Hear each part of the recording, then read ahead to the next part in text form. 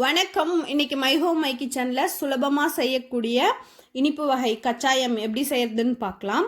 கச்சாயம் செய்யறதுக்கு ஒரு பவுலில் 2 நல்லா பழுத்த வாழைப்பழத்தை தோலை நீக்கிட்டு நல்லா மசிச்சு எடுத்துக்கோங்க.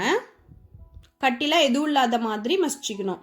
இப்போ இதில் 1.5 கப் ரவை, 1.5 கப் மைதா மாவு, 1.5 கப் சர்க்கரை, கூடவே 1.5 டேபிள் ஸ்பூன் துருவின தேங்காய், 6-7 ஏலக்காவை பொடி பண்ணி சேர்த்துக்கோங்க.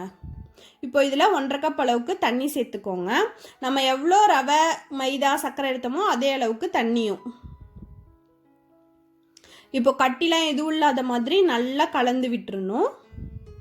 இந்த மாதிரி நல்லா கலந்த பிறகு மூடி போட்டு மூடி வச்சிடலாம். இது அப்படியே 1 மணி நேரம் இருக்கணும்.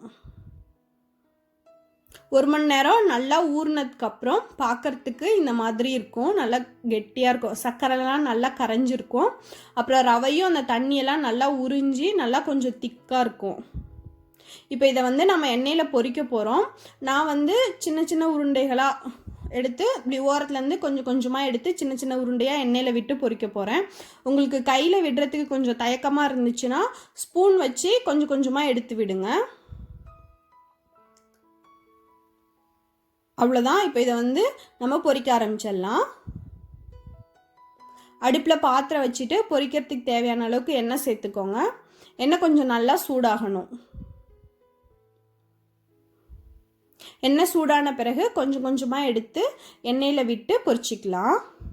அடுப்போட சூடு மிதமான சூட்டில் வச்சுக்கோங்க. சூடு ரொம்ப அதிகமாக இருந்துச்சுன்னா சீக்கிரமாக மேலே கலர் மாறிடும். ஆனால் உள்ளே வெந்திருக்காது. இந்த மாதிரி சின்ன சின்ன உருண்டைகளாக எடுத்து விடுங்க. விடும்போது கவனமாக இருங்க, எண்ணெய் கையில் பற்றாத மாதிரி.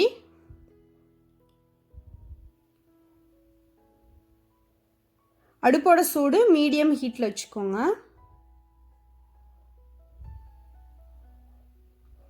அப்புறம் ஒரு பக்கம் பொன்னிறமானதுக்கப்புறம் இன்னொரு பக்கம் திருப்பி விடணும். நம்ம எண்ணெயில் போட்டோன்னே அதுவே நல்லா உப்பி வரும். அதில் வர முட்டையெல்லாம் நல்லா கொஞ்சம் குறைஞ்சி அப்புறம் 2 பக்கமும் நல்லா பொன்னிறமானதுக்கப்புறம் எண்ணெயிலேருந்து கச்சாயத்தை வெளியே எடுத்துருங்க.